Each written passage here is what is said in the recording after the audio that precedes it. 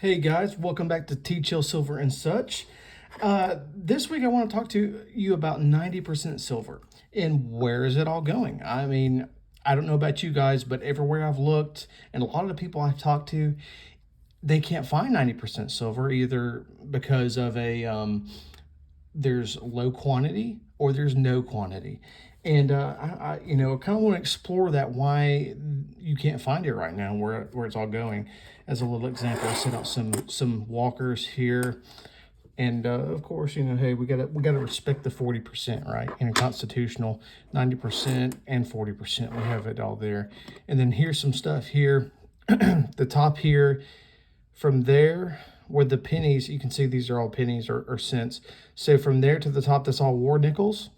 That's every mint and every year that the warnickels were made. I'll go ahead and take those out to show you.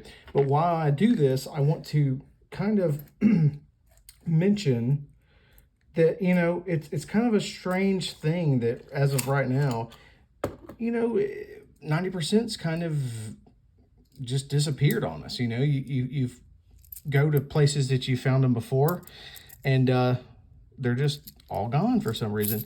And I have an idea of why that is, and I'll share that with you guys. I'm just showing you one of those warnickels there, 35% silver, if you didn't know, and a good little thing to pick up if you can find them at a good price.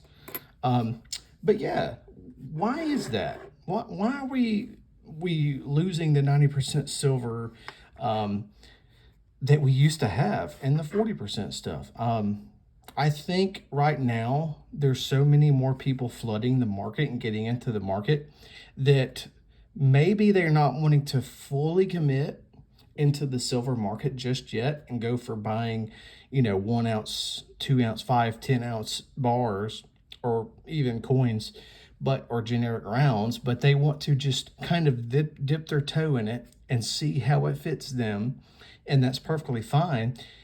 But what's happening is they're buying the generic, or not the generic, the constitutional silver, because it's easy for them to understand, right? If someone comes into the market and they don't know anything about silver, they can say, oh, well, that's United States currency, even though it's old currency. They know that, oh, well, that's a $50. Oh, well, that's a nickel. Oh, there's a quarter, a dime, etc. And I think that's why we're seeing the 90% kind of dwindle and kind of fall off. A lot of people are getting into the stacking community and they want to start out with 90% silver because they're familiar with 90%. And I mean, that's not a bad strategy. Honestly, I think that's a pretty good strategy to start with if you're just getting into the community. But for us, the people that are looking for the 90% or the constitutional or junk silver, and we can't find it, it kind of puts us at a disadvantage because there's so many more people joining the stacking community now than there was, say 3 years ago. I mean, as early as 3 years ago. So it kind of puts us at a disadvantage, but it always goes back to what you're most comfortable with. Like if you're going to make a leap and you're going to spend your hard-earned money on something, you want to make sure that you're going to have a return on that, right? A return on that investment.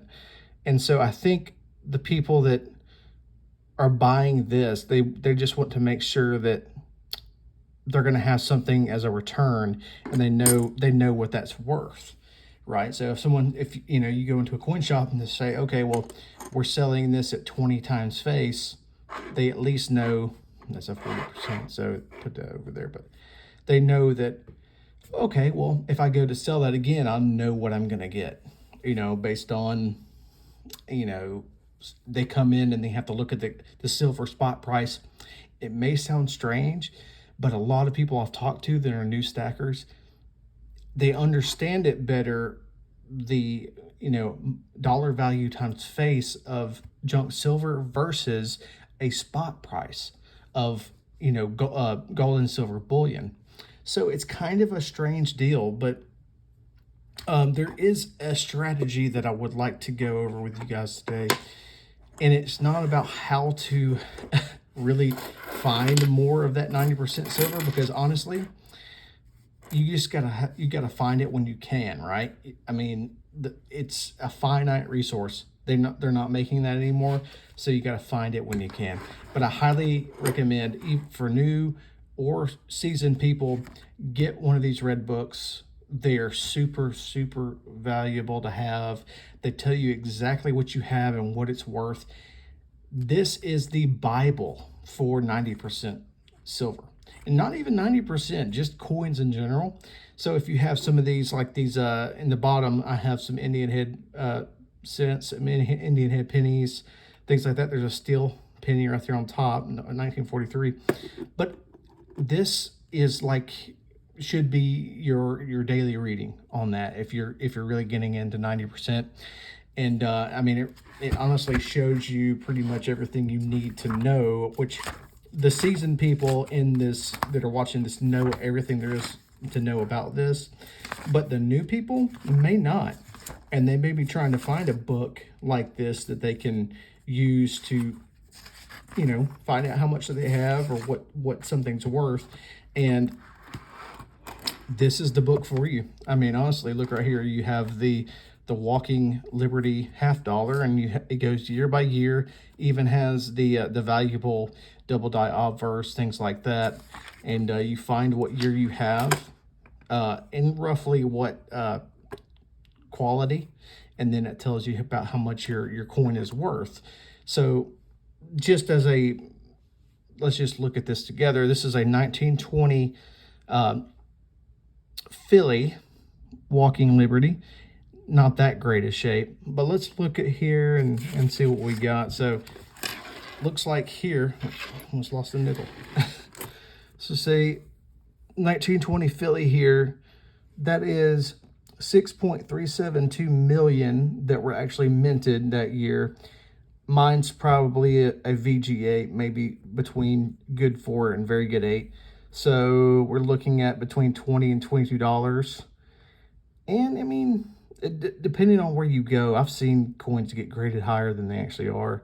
So you're looking between 20 and 25, let's say. So 23 bucks for that coin, which only paid 11 for it. So I'll take that.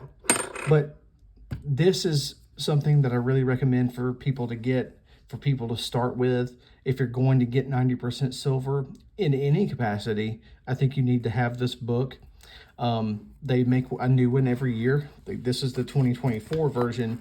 But just having one in general, so if you had last year's model, that's fine. It just updates with the newest versions of coins, going forward, like commemoratives, things like that. So, but anyway, guys, short video this week. I just wanted to cover kind of what's going on with the 90% silver stuff right now. And, what I think people that are getting into that space should try to do moving forward. It's a great way to get into this space. But you really need to, don't buy things so haphazardly. Really look at what you're getting, because you may not be, you may have more numismatic value there than you actually realize. So, but anyway, guys, that's all I have for you this week. Hope you guys have a fantastic week. I'll see you next time.